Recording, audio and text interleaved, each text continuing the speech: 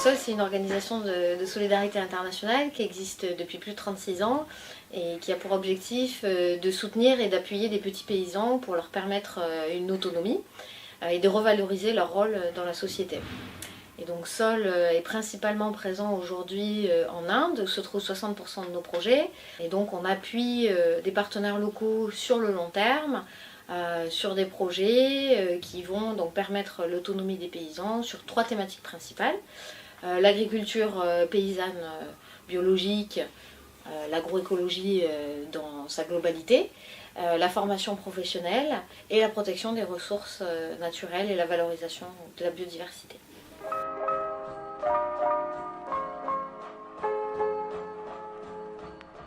On travaille avec Navdanya, l'ONG de Vandana Shiva. Vandana Shiva, c'est une militante féministe altermondialiste qui est reconnue internationalement pour son combat contre les OGM.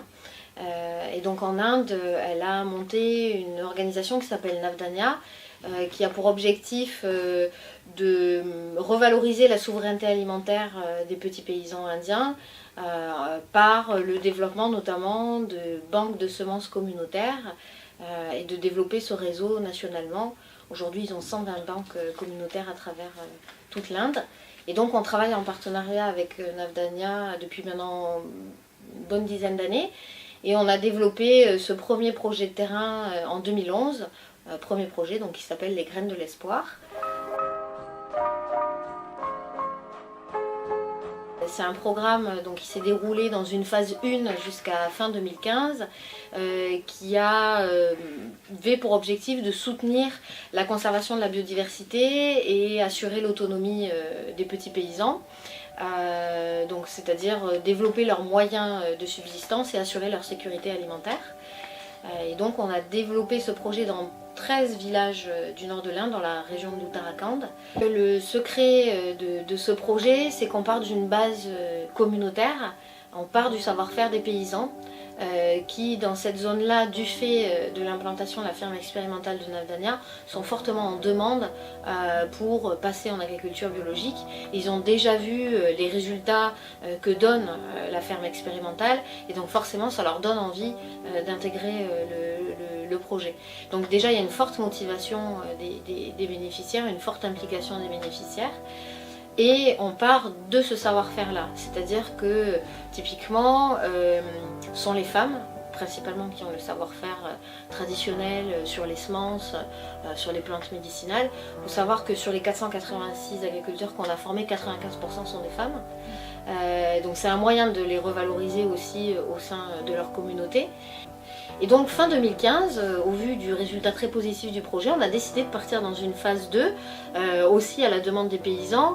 Navdanya recevait de plus en plus de demandes d'autres paysans qui voulaient passer en bio. Et également du fait des aléas climatiques qu'on a subis pendant les 3 premières années du projet, on a décidé vraiment de focaliser cette nouvelle phase sur la recherche des semences résistantes au changement climatique.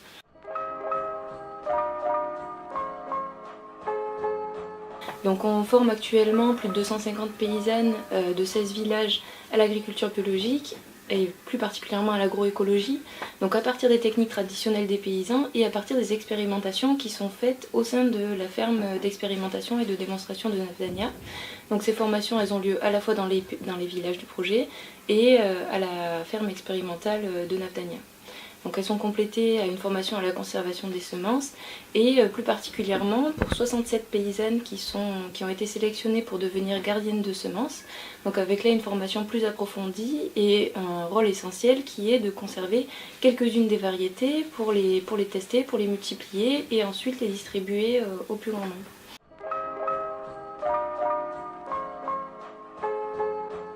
À partir des formations à l'agriculture biologique et à la conservation des semences, les paysannes peuvent mettre en pratique les techniques qu'elles ont apprises. L'autoconsommation est le premier objectif, mais pour les personnes qui produisent du surplus, on les aide aussi à développer les débouchés de cette production-là et à diversifier aussi les débouchés donc, via des formations à la transformation alimentaire pour un minimum de 50 paysannes. Donc là essentiellement à la fabrication de pickles, de confitures, donc de légumes marinés et donc qui puisse être conservé sur du long terme, donc pour éviter aussi le gaspillage.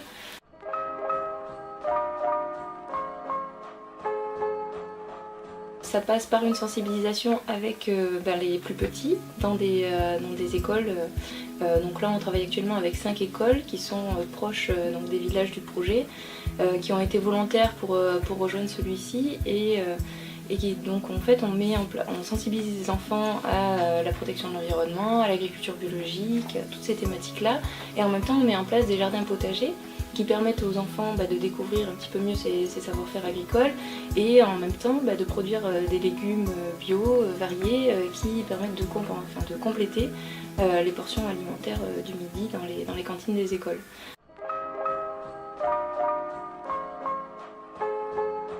On a monté un projet qui était facilement reproductible aussi en termes de coûts. On est sur des coûts qui sont assez faibles puisqu'on part de la ressource locale, du savoir-faire. On ne vient pas avec un expert qui va donner son savoir-faire. On part vraiment du savoir-faire paysan et également donc, de ce qu'on trouve sur le terrain. Par exemple, au Rajasthan, on est sur des zones arides, beaucoup plus arides qu'en Uttarakhand. Donc si on partait de la ressource Uttarakhand, forcément le projet au Rajasthan ne pourrait pas fonctionner. Donc ça c'est vraiment une valeur ajoutée de ce projet-là et c'est vraiment notre stratégie de développer le projet comme ça. Et un autre élément de reproductibilité, c'est qu'on travaille dans chaque zone avec des coordinateurs locaux qui sont en charge d'assurer le suivi du projet, la capitalisation du projet. Et ces coordinateurs locaux travaillent en lien direct avec la ferme expérimentale de Navdanya où ils vont régulièrement.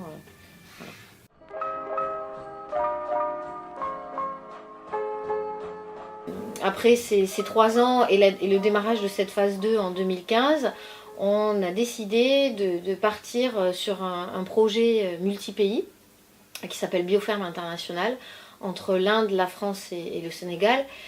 Et donc pour parler de la partie indienne, on a décidé de sortir de la région de l'Uttarakhand et donc d'aller également toucher des paysans qui sont au Rajasthan et en Uttar Pradesh, qui vivent dans des contextes agroécologiques différents.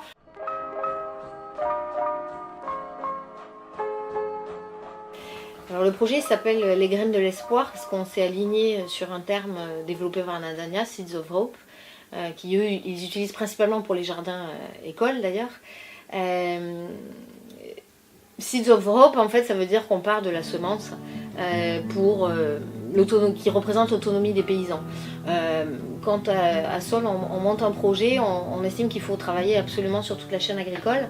Et pour nous, démarrer par la semence, c'est la vie, la semence, donc c'est permettre une autonomie totale des paysans. Et encore plus quand on travaille en Inde, puisque souvent ce savoir-faire il a été perdu. Et en Inde, contrairement à la France, ils ont encore la possibilité d'utiliser leurs semences paysannes. Voilà. Et donc c'est vrai que, d'ailleurs que ce soit en France comme en Inde, le rôle des paysans il est pas souvent compris à la fois par les grandes multinationales semencières, mais il n'est pas aussi compris par le grand public qui est déconnecté en fait des outils de production et qui va au supermarché faire ses courses et n'a pas conscience que derrière il y a tout un savoir-faire qui a été mis à disposition pour produire un produit de qualité. Et donc c'est vraiment la mission de Navdanya et de Sol, c'est là où on se retrouve aussi, d'arriver à revaloriser le rôle du paysan et le savoir-faire qu'il a, ce savoir-faire semencier, mais aussi ce savoir-faire technique de partir des ressources locales pour arriver à développer un produit